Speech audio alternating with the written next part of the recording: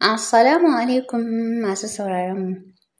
Barkanmu da sake kasancewa da ku a cikin cigaban sabon labarinmu mai suna Maraici, wanda marubuciya Zina Sir ta rubuta muku shi, tare da ni mai gabatar muku Maman Al'amin. Safina ce ta matsa kusa da ita tare da tsugunnawa, haba mai sweet sister da ke zan tafi, rabu da mama ba za mu bata abinmu ba. Share mata hawayen ta tare da rungume ta, ita kanta mama yaran nata na burge ta. Burinta a rayuwarta su samu rayuwa mai kyau shi yasa ko da yaushe take masa addu'a. Tashi mana Safina ki je ki ɗauraye jikinki, ga kayan makarantar can na ɗauko miki. Miƙewa dai tare da riƙe hannun Shahida suka nufi ɗaki. Suna ta wasa da dariya har ta gama shiryawa abinci. Suka zauna suna ci suna ba wa juna a baki har suka gama. Hijab ɗinta mama ta sanya mata tare da basu kuɗin makaranta. Hannun Shahida Safina ta kama suka fito. Da kamar ta shiga ɗakin su Safiya ta ce ta taho su tafi makaranta amma sai ta yi tunanin abin da zai biyo baya. Tafiya kawai suka yi har suka karasa makaranta. Tana zaune cikin falonta ta ji sallama da sauri ta ɗago da kanta. Zubi ce? Ƙawata. Da sauri ta miƙe tsaye tare da faɗin haba Zubi sau nawa kike son na gaya miki ba na ƙaunar ƙawata ko ɗaya. Ba na ƙaunar ƙawata ko ɗaya ta dinga zuwar min gidana ne. Duk lokacin da kike son gani na ki faɗa min don akan mijina babu abin da ba zan iya ba. Gaskiya Salma baki da hankali. Kenan duk inda Fahad ɗin zai je kina tare da shi ko ke an gaya miki namiji ana hana shi san abu ne? Da sauri ta kukan kura ta shaki wuyan Zubi tana faɗin ƙarya kike Fahad ba zai taɓa son wata mace a duniya ba bayan ni. Da ƙyar ta kaci wuyanta daga hannun Salma tare da komawa gefe tana tani. Ƙarya kike mahaukaciya, kuma insha Allahu sai Fahad ya yi miki kishiya. Ke? Ni kike gaya wannan maganar? Nan suka hau faɗa doke-doke faɗa sosai. Fahad da ke kwance cikin ɗaki ya ji ƙara da sauri ya fito falon ya ga ko me yake faruwa. A'a, Salma, menene haka kuke yi? Sai a lokacin Salma ta saki Zubi. Nan ita kuma Zubi ta fashe da wani sabon kuka na kissa. Kin gani ko Salma, za ki kashe musu yarinya ko? Ba gurinki ta zo ba ne? Kallon shi take tana ta faman huci tare da faɗin Fahad, ka koma ciki don Allah, zan ba ta haƙuri ta tafi. Tsaki ya tare da yin gurin Zubi ya ga me take ma kuka. Janyo shi ta tare da faɗin ina ruwanka da ita kuma. Gaskiya Fahad ka bari, za ki bani guri ko kuwa? Wallahi ko me za ka yi sai dai ka yi amma ba za ka je gurinta ba. Kanta ya har zuwa ɗaki tare da kulle ta ya sa ma ƙofar ki kamar za ta yi hauka ta buga ƙofar cikin haushi tana kwala ma Fahad ɗin kira. Amma ya yi banza da ita tare da barin wajen. Ɗan kwalin kanta ta cire tare da wurgar da shi.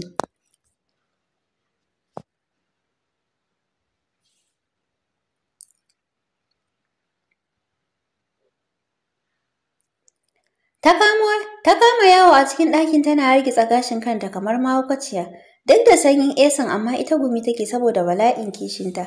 Shi kuwa wajen Zubi ya ƙarasa tare da faɗin lafiya dai ko? Please ki yi haƙuri.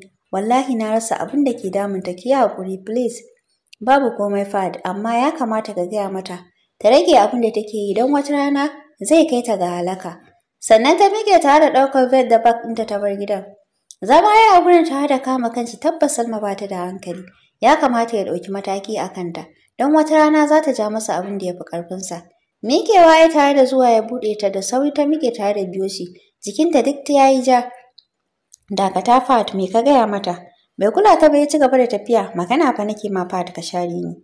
Kin yi ma yarinya duka ta kasa tafiya shi yasa na ɗauke ta na kai ta motar ta. Jiki ta yanke ta faɗi. Juyawa ya ganta a sume. Jikinsa na ɓari ya ɗauke ta ya maida ta kan kujera tare da ɗebo ruwa ya watsa mata. A hankali ta buɗe idanunta suka haɗa ido da shi. Safna, Salma kuka ta fashe da shi, da gaske ka ɗauki Zubi Fahad. Dariya ta so bashi amma ya dake. Menene dan na ɗauke ta ba ke kika ja ba? Amma me yasa kake min irin wannan? Please Habibi, I'm sorry baby. Ke kika ja. Ba na son irin wannan kishin naki ki rage zai iya illata ki. Rungume shi ta yi tare da faɗin insha Allahu ka taya ni da addu'a please baby. Ƙarasa matse ta yi a jikinsa ana yi miki ko da yaushe. Rufe idanta ta tana jin irin son da take ma Fahad ɗin don a kan shi za ta iya kashe mutum kuma ta kashe kanta. Bayan sun je makaranta an taso ne suna cikin tafiya wata 'yan makarantarsu ta biyo bayan ta riƙe da ƙanwarta. Ke Safna tsaya wallahi ki yi ma wannan ƙawarta ki magana. Kalli yadda ta fasa ma ƙanwata hannu saboda cizon da ta yi mata. Kallon Shahida ta yi da alamun tuhuma. Yaya Safna ita fa ta fara tsokana ta kuma ta cije ni nima. Don Allah ki haƙuri. Ba zan ƙara ma zuwa da ita makarantar ba. Sannan ta dafa wa yarinyar da aka cije ta kanta tare da faɗin ya haƙuri kin ji ƙanwata zan rama miki. Sannan suka tafi ita ma hanyar gida suka nufa tana faɗin za ki gane ba zan ƙara zuwa da ke ba tunda kika cije 'yar mutane. Ya Safna wallahi ni ma duk wanda ya doke ni sai na lama. Cop uwar tsokana kawai. Da Salma suka shigo gidan kasancewar haka mamansu ta koya musu babu kowa a tsakar gidan. Don haka ɗakinsu suka shiga tare da cire hijab ɗinsu. Mamansu suka shiga kira amma shiru ba su jiyo ta ba har ban ɗaki suka duba. Nan Shahida ta kama kuka mama ta tafi unguwa ta bar mu ya Safna. Ya haƙuri kin ji bata tafi ba. Rungume ta daidan ita ma bata ji daɗin rashin ganin maman tasu ba. Gashi tana tsoron wanda za ta tambaya. Zani ta ɗauko ta goya Shahidan da ta fara jin bacci don an jima da kiran magariba. Ɗakin su Safiya ta nufa da Salama amma ba kowa a falon. Saboda tsoro ƙasa shiga falon tai. Daga nan bakin kofar ta tsaya tana jiran fitowar wani. Umma ce ta fito daga ɗakin. Ganin Safna tsaye da goyo ta ce lafiya saki zo ki tsaya mutane a nan wajen. Idan ta na hawaye murya na rawa ta ce dama mamanmu nake nema. Dalla can fita ki ba mutane waje. Jiki a sanye tana goge hawayen nata ta fito waje. Safna kukan me kike? Hafsa ta faɗa tana ƙoƙarin shiga ɗakin. Dama mamanmu nake nema. Haba Safna sai ka ce ba ki da wayo. To mamanku tana asibiti za ta haifa muku ɗan bebi. Ɗazu antina za ta ɗauke ta suka nufi asibitin ki bar kuka mu je ki zauna. Ba musu suka koma cikin ɗakin Umma da ke zaune kan kujera tana ganin sun kuma dawowa ta ce uban me ya kuma dawo da ku. Safna kallon Hafsa take ta ji me za ta ce Umma. Gani ne maman su bata nan kuma kin ga ba daɗi a bar su kaɗai tun da yara ne. Dalla can ina ruwa na a bar su mana ku fita ku bani waje. Safna da har lokacin kuka take goye da Shahida a bayanta. Juyawa ta za ta fita Hafsat ta kamo hannunta tare da faɗin mu je na taya ku kwana. Dawo nan ba inda zaki. Tunda na ga baki da hankali ba kya kishin uwarki. Umma amma da yaran zan yi kishi. Don uwarki in ni na haife ki kuma na isa da ke ki wuce ki shige. Ko kuma munafukai ku bar min ɗaki. Hafsat kasa matsawa ce daga gurin tana ganin Safna ta fita daga ɗakin tana kuka. Kamar ta yi kukan haka ta ruga ɗaki. Safna ga tsoro ban cikinta ga yunwar da take ji haka ta buɗe ɗakin nasu ta shige. A hankali ta sauke Shahida daga bayanta. Tashi ta tare da matsowa jikin Safnar idan ta rufe ta ce mama. Wani kuka ne ya kuma kwace mata da sauri ta toshe bakinta ta kuma rungume 'yar uwar tata. Alhaji Ibrahim Sunusi haifaffen garin Kebbi State ne mutum ne mai mutunci da sanin ya kamata yana da ilimin boko da na Muhammadiyya daidai gwargwado. Bayan ya gama karatunsa sai ya fara kasuwancinsa a nan garin Kebbi. Allah ya sa mai hannu cikin sana'ar tasa ta sai da kayan masarufi. Nan ya buɗe ƙaton shagonsa na sai da kayan abinci kuma alhamdulillah yana ciniki sosai. Nan Allah ya haɗa shi da mace mai mutunci hankali da nutsuwa wato Rabi'at. Bayan sun yi aure da shekara 1 da rabi Allah ya ba su haihuwar 'ya mace. Nan suka sa mata suna Mariya. Sunan mahaifiyarsa suke kiranta da Ummi. Sai da Mariya ta shekara 5 sannan Rabi ta kuma haihuwa ɗa namiji. Nan suka sa mai suna Aliyu da yake ranar Asabar aka haife shi sai suke kiransa da ɗan Asabe. Bayan ɗan Asabe shekara 3 Alhaji Ibrahim ya ƙaro aure Hauwa'u. Rabi bata nuna damuwarta ba kan auren da mijin nata ya ƙara. Ita kuwa Hauwa ganin Rabi ta fi ta kyau ga hankali ya sanya ta tsane ta kuma kodayaushe cikin jan ta faɗa take. Ko ta kama yaranta tana duka.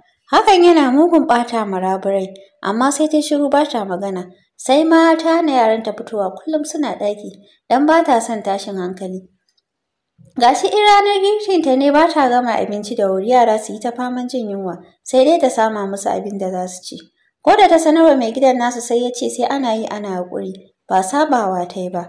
Ta jawo shi sosai amma sai ta daure. Shekara Hauwa'u 1 da zuwa ita ma ta haifi 'yarta macen. Suka sa mata Halimatu Sa'adiya. Yarinya ta tashi cikin gata da jin daɗi. Nan mai gidan nasu ya fara nuna bambanci don ya fi ƙaunar Sadiya kan sauran yaran nasa. Hakan baya ma Rabi daɗi amma sai ta ci gaba da haƙuri. Wata rana sai labari. Shekarar Halima 2 ta kuma haihuwa amma ita ma wannan karan namiji ta haifa. Ta yi murna sosai don gani take yi kamar sun zama kai ɗaya da Rabin. Ana gobe suna Allah ya yi ma yaron mutuwa. Nan fa hankalin Hauwa ya tashi kamar za ta yi hauka. Allah ya kashe ta, Rabi ce ta kashe mata ɗanta. Ita dai Rabi banda kuka ba abinda suke ita da yaranta. Haka suka haɗu da danginta suka rinka cewa ai Maiya ce ita ta cinye, kamar ta mutu don baƙin ciki amma haka ta haƙura ta shige ɗakinta. Tun daga wannan rana gaba mai tsanani da tsana ya kuma shiga tsakanin Rabi da Hauwa. Amma ita Rabi ba ta jin daɗin hakan, dan dai ba yanda ta iya ne. Bayan shekara ɗaya da mutuwar ɗan gidan Hauwa ta kuma haihuwar ɗa namiji, murna ba a magana. Sai fa baici take kamar ba ita ta ba kanta haihuwar ba. Ita ta ba kanta haihuwa kuma ta hana ta ɗaukar ɗan don kar ta kashe mata shi. Aka sa ma yaro Aminu suke ce masa Abba. Sun nuna mai gata, hakan ya sa yaron ya taso ba shi da kunya ko kaɗan, don har iyayen nasa baya ganin girmansu. Hakan ne ya fara damun Alhaji Ibrahim. Dan baya son yara marasa jin magana, tun yana dukansa har ya magaji ya rabu da shi. Bayan shekara 6 da haihuwar Abba, Rabi ta kuma haihuwar ‘yarta mace. Ta ji daɗi sosai kuma ta yi farin ciki. Ranar suna yarinya ta ci Khadija, amma Nana suke ce mata. Yarinya fara tas kyakkyawa don ta fi kowa kyau a gidan. Nan Ummi ta samu kanwa kullum tana goye da ita. Tana mata wasa. Haka rayuwa ta ci gaba a gidan Alhaji Ibrahim, suna samun kulawa mai kyau wajen baban nasu don babu abin da baya musu don su ji daɗi. Ya sanya su a makaranta suna karatu tuƙuru.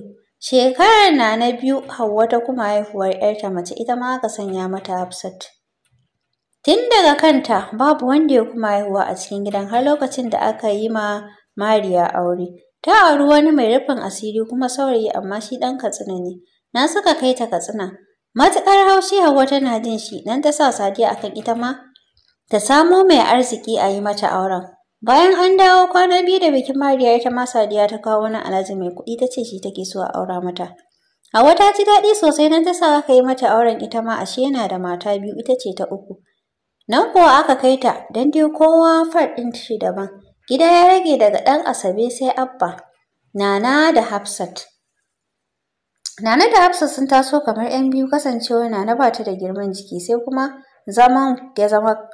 sai zaman kusan kai ɗaya da Hafsat ɗin. Duk da in suna gida Hauwa ba ta barin su zama guri ɗaya, amma a makaranta suna tare. Sun yi matuƙar shakuwa da juna, komai tare suke yin sa. Ko ɗaya ce ta ga ɗaya ta sanya kaya to ita ma irinsu za ta saka. Hakan yana yi ma Rabi daɗi kuma dukkaninsu ta ɗauke su a matsayin 'ya'yanta.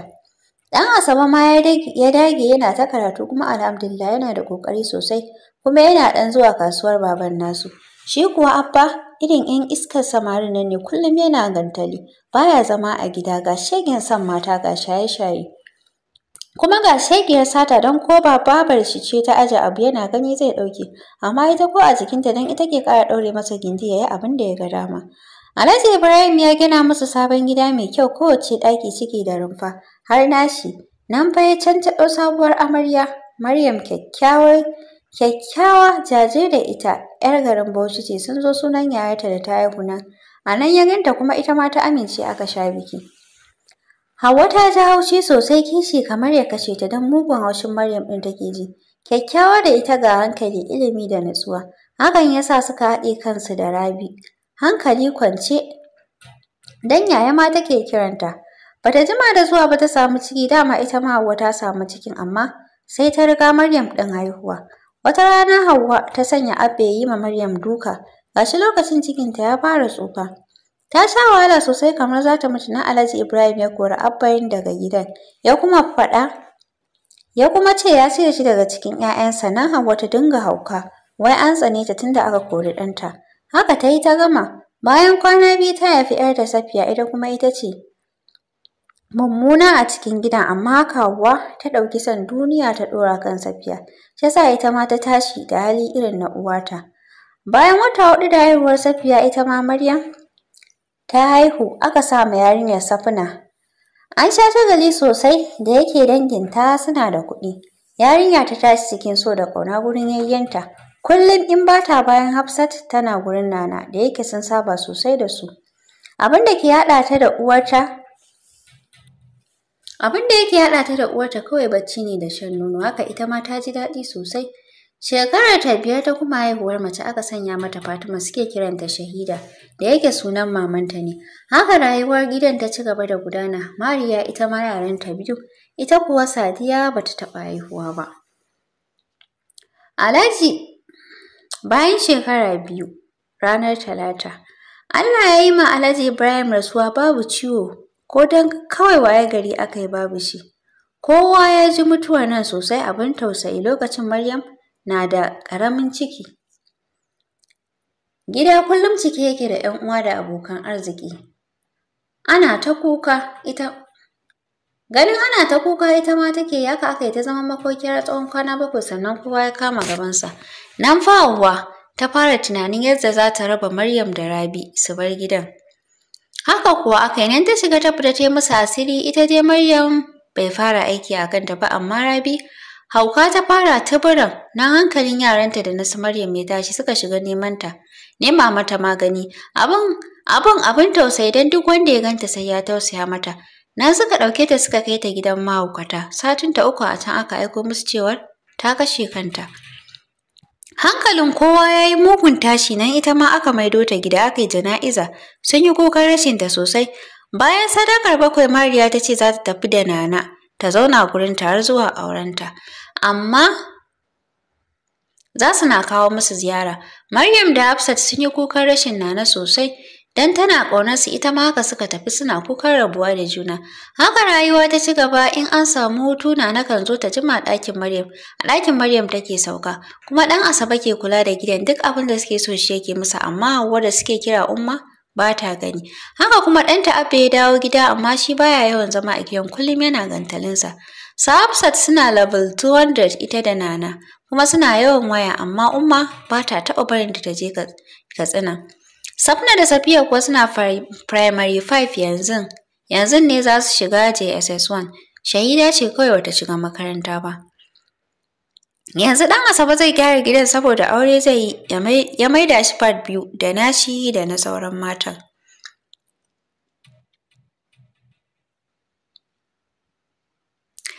Ƙara rungume ta a jikinta tana hawaye, ga wani masifaffen tsoro da take ji. Yanzu in Shahida ta tashi ya za ta yi da ita? Ga ta da shegiyar rigima.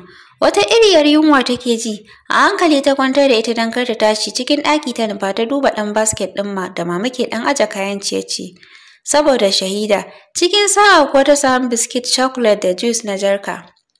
Biskit ta ɗauka da juice guda ɗaya ta cinye, sannan ta shiga toilet ta yi alwala don ta riga da ta saba. Sai ta sallar isha'i kafin dare, ko ta yi bacci sai ta tashe ta yi. Sai da ta yi sallah ta idar sannan ta kama addu'a Allah ya sauki mamansu lafiya ya ba su 'yar bebi. Sannan ta miƙe ta kulle ɗakin. Dawowa ta ɗauki Shahida ta shiga ɗaki da ita ta kwantar. Tana ta faman lallaɓa ta kar ta tashi, amma sai da ta tashi don yunwa take ji ita ma. Zaune ta miƙe akan gadon tana murza ido tana kiran sunan maman nata. Safna da ke zaune tana kallonta ta ma rasa abin da za ta ce mata, don in har ta san maman bata nan akwai bala'i. Balaraba ce ta faɗo mata, ta maza ta ɗauko dabara ce ta faɗo mata, ta maza ta ɗauko mata biskit da juice ta buɗe mata tare da faɗin, Hidata maza ki ci ki shanye, mama tana toilet in ta fito ba za ta baki ba. Idan ta rufe ta jingina da jikin Safna tana sa mata a baki, tana ba ta juice din tana sha har ta shanye. Sannan ta yi shiru a jikin Safna tana faɗin mama. Ita dai Safna sai shafa mata baya take a hankali yadda ba za ta tashi ba. Har ta ji ta daina ambatar sunan maman tata. Ajiyar zuciya ta tare da kwantar da ita ta rungume ta yi musu addu'a tare da rufe su da bargo. Tabbas tana tunanin ba za ta iya bacci ba don ba ta saba kwana su kaɗai ba. Hawaye ne ya rinka zubo mata ta gefen ido, me yasa mama bata tafi da su ba? Gaskiya tsoro take ji. Mikewa ta ɗauki Shahida ta kuma goya ta, sannan ta fito daga cikin ɗakin, ta kuma komawa ɗakin Umma. Wannan karan bata shiga ba, sai ta tsaya a bakin kofa tana kuka ƙasa-ƙasa. Babu kowa cikin banan don Umma ta jima da yin bacci. Hafsat ce take waya. Ƙarar jin kukan ya sanya ta leƙowa. Safna ta gani tsaye ta haɗa kanta da bangon ɗakin tana kuka. A hankali ta ƙaraso wajensu kamar ta yi musu kuka ta ce, Safna, ba za ku iya kwana ku kaɗai ba ko? Yanzu gashi dare ya yi, da na kai ki gidan Anti Naja, wato yayar mamansu. Amma kin ga shigo mu kwana tare da ku a falo tunda Umma bata tashi. Tunda Umma bata tashi, da asuba sai ku koma ɗakin ku kin ji? Shigowa ta tana goge idanun tare sun yi ja. Sauko Shahida ta daga bayan ta Hafsat ta amshe ta tare da kwantar da ita kan kujera sannan ta nuna wa Safna 3-seaters ta kwanta. Ɗaki ta shiga ta ɗauko blanket ta lullube su sannan ta janyo katifa a tsakiyar falon. Ta shimfiɗa ita ma ta lullube. Har ta kwanta Shahida ta ce ya Hafsat, ki maido Shahida kusa da ke saboda tana farkawa amma kin ga in ta farka ta ji da mutum kusa da ita ba za ta yi kukan ba. Murmushi ta yi tare da ɗauko ta maido da ita kusa da ita sannan ta rufe su tare da yin addu'a. Sai lokacin hankalin Safna ya kwanta amma har yanzu tana tunanin rashin maman tasu. Ƙarfe 4 na asuba. Lokacin Hafsat ta farka don bacci rabi da rabi ta yi don kar Umma ta farka ta kore su cikin dare. Tana miƙewa lokacin duk ba su farka ba a hankali ta ɗauki Safna. Ta nufi ɗakinsu ta kwantar da ita kan gado. Dan ba ta son ta farka sannan ta koma ta ɗauko Shahida ta maido ta kusa da ita sannan ta fita daga ɗakin. Tun lokacin da Hafsat ta ɗauko Safna ta farka shiru kawai ta don ba ta son damun Hafsat. Matsowa ta yi tare da kuma rungume ƙanwarta ta. Ita kuwa mamansu bayan tafiyarsu makaranta ta fara jin kanta yana sara mata. Hakan ne yasa ta kwanciya ta ɗan huta amma tun daga nan ta fita hayyacinta. Ta dinga birgima a ƙasa ga ciki a jikinta tamkar mahaukaciya. Ɗan kwalin kanta ta cire tare da fitowa a haka. Hafsa na tsakar gida tana aiki ta ga ta fito ta yi hanyar waje. Da sauri ta kama ta tare faɗin lafiya anti. Ko naƙuda ne bara na kira miki Anti Naja. Dan ita ta san ba za ta fara tunkarar ummanta ba. Yanzu ma ta san wanka take da ta fito ta fara faɗa. Ita dai Maryam idanta a rufe sai wasu irin maganganu take. Da ƙyar ta samu ta tura ta cikin ɗaki sannan ta kullo. Hijab ɗinta ta sanya sannan ta nufi gidan Anti Naja da sallama ta shiga gidan. Da yake yaranta maza guda biyu ne kuma duk ba sa nan. Falon ta shiga hankalinta a tashe ita ma fitowa ta yi daga ɗakin don jin sallamar da take ta faman yi. Au, Hafsat ce, lafiya na ganki a haka? Wallahi ba lafiya ba, ni ban sani ba. Anti Maryam naƙuda take ko kuma ni dai dan Allah ki zo ki ga yadda take. Allah abin tausayi. Inna lillahi wa inna ilaihi raji'un. Dama sai da aka ce ta tafi gida ta haihu ita uwar san ƴaƴa ta ce yaranta ga kuma makarantar su. Bara na ɗauko hijab ina mu je. Da Aki ta shiga ta sanya hijab ɗinta ta ɗauki ɗin motar da sannan ta ce da Hafsat mu je ko? Cikin motar da suka shiga nan da nan suka isa kofar gida. Da ƙyar ta iya fakin don hankalinta duk a tashe yake. Cikin gidan suka shiga kai tsaye ɗakin da suka nufa Hafsat ta buɗe sannan suka shiga. Kwance suka kanta a ƙasa duk ta ji ciwo a kanta. Hafsat please kama min ita mu fita mu sa ta a mota. Da yake Anti Najar tana da ɗan jiki nan suka fito da ita har sun kai bakin ƙofa. Dakata. Umma ta faɗa cak suka tsaya. Gidan uban wa zaki je dawo nan. Tsaki Najar ta tare da cicciɓar Maryam ɗin ta yi waje da ita cikin mota. Ta saka ta sannan ta shiga side ɗin direba ta figi motar zuwa cikin asibitin. Amma Umma gaskiya ki rage ƙiyayyar da kike masa Anti Maryam don baki san inda rana za ta faɗi ba. A gidan ubanki za ta faɗi sakarar banza mara kunya. Anya kuwa kina da hankali? Dan dai a gida na haife ki, da a asibiti ne cewa zan yi, canja aka min. Kamar za ta yi kuka ta shige ɗaki aikin banza aikin wofi. Wa yake da asara in ta mutu har da za a ringa rawar jiki a kanta. Tsaki ta ja ta koma cikin ɗakinta. Suna isa asibitin aka wuce da ita emergency nan suka shiga duba ta. Bayan mintuna kaɗan likitan ya fito sannan ya samu Naja ya sanar mata ta farka. Tana naƙuda amma insha Allah nan ba da jimawa ba za ta sauka lafiya. Allah ya sa doctor na gode. Yanda zauna tana ta addu'a wayarta ta ɗauka ta kira gida Bauchi ta sanar musu. Na suka yi mata addu'a su ma don suna tausaya mata. Bayan mintuna 10 wata nurse ta fito hannunta riƙe da jariri tare da faɗin ku ne kuka kawo wata mai ciki? Jikinta na rawa tana ɗaga kai ta ce eh mu ne. Mika mata yaranta tai. Da sauri ta amshe shi tana hawaye tana murmushi. Yaro kyakkyawa fari tas kamar maman shi. Hajiya amma fa sai dai ki hakuri yaron ba rai yazo. Da sauri ta dauko kanta tana kallon nurse idan ta yi jazir hawaye na daga kan fuskar bebin. Kasa tsayawa ta ja da baya ta zauna tare da rungume shi a kirjinta tana kuka. Tabbas yanzu ta ga yaron amma ta ji yanzu ta ga yaron amma ta ji son share cikin ranta kuma ta ji mutuwar shi.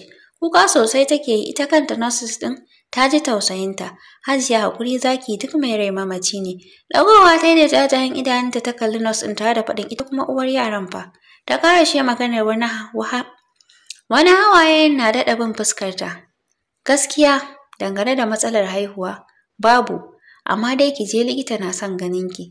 Jikinta na rawa ta bi bayan nurse din har office din likitan sannan ta mata iso da ta shiga ita kuma ta koma. Har lokacin yaron na runguma a jikinta tana hawaye. Salama ta yi tare da shiga kofar ta tura sannan ta nemi guri ta zauna. Tana goge fuskarta. Kallon ta yi tare da zare karamin glass din da ke idan Hajiya. Sai dai ku yi hakuri dama Allah ya yi yaron ba zai shaki iskar duniya ba. Kanta kawai take iya gyaɗawa don gaba ɗaya ta shiga damuwa ji take kamar ɗanta ta rasa. Yauwa. Sannan dama ina son in sanar da ke ko kuma in ce ina son tambayar ki. Daman matar da kuka kawo tana da wata matsalar ne a kwakwalwa ko iska ko dai wani abu makamancin hakan? Kai ta gyaɗa mai alamun a'a tana kallon sa to gaskiya Hajiya matar da kuka kawo ba ta da lafiya. Tana da matsala a kwakwalwarta don da ƙyar muka samo kanta wajen haihuwar nan. Gaskiya dakto lafiyar ta kalau kuma ba ta da matsalar kwakwalwa sai dai wajen naƙudar ne ta same ta amma a yi mata x-ray a gani ko ta samu matsalar. Shikenan ba matsala tana ɗakin hutu don mun yi mata allurar bacci kuma ina ganin sai nan da 10 hours za ta farka. To likita na gode Allah ya saka da alkhairi amin babu komai Allah ya ji kan yaron amin summa amin. Ta faɗa tare da miƙewa ta bar ɗakin. Ɗakin da Maryam take ta nufa tana hawaye. Yaron saɓe a kafaɗarta ko da ta shiga tare da Salama ɗakin shiru ita kaɗai kwance tana faman bacci. Sun canza mata kaya. Zama ta yi kusa da gadon tana kallon ta lokaci ɗaya har ta canza. Ta ƙara wani irin fari fuskar ta haifa yau. A hankali ta kai yarinta ta shafo gashin kanta har zuwa fuskarta. Lokaci ɗaya ta tuna da su Shahida. Hankalinta ya kuma tashi bata san lokacin da ta sabon kuka ya kuma kwace mata ba. Wayarta ta ɗauka tare da kiran gida ta sanar musu da abin da ya kuma faruwa. Hankalin kowa ya gama tashi don suna ƙaunar Maryam ɗin. Ita ce auta a cikin gidan nan suka sanar da Naja. Insha Allah gobe suna kan hanya. Nan da kuma kiran ɗan Asabe ta sanar masa shi ma hankalin shi ya tashi sosai. Nan da nan yayo asibitin don ya tausaya mata. Bai wani ɗan lokaci bai iso don gaba ɗaya bai ji daɗin hakan ba. Ɗakin ya turo da Sallama bayan sun gaisa da Naja ta miƙa masa yaron. Kallon yaron ya shiga yi kamar ya yi kuka don ya tausaya mata. A hankali ya ce yanzu bara na je da yaron nan a yi masa sutura a kai shi.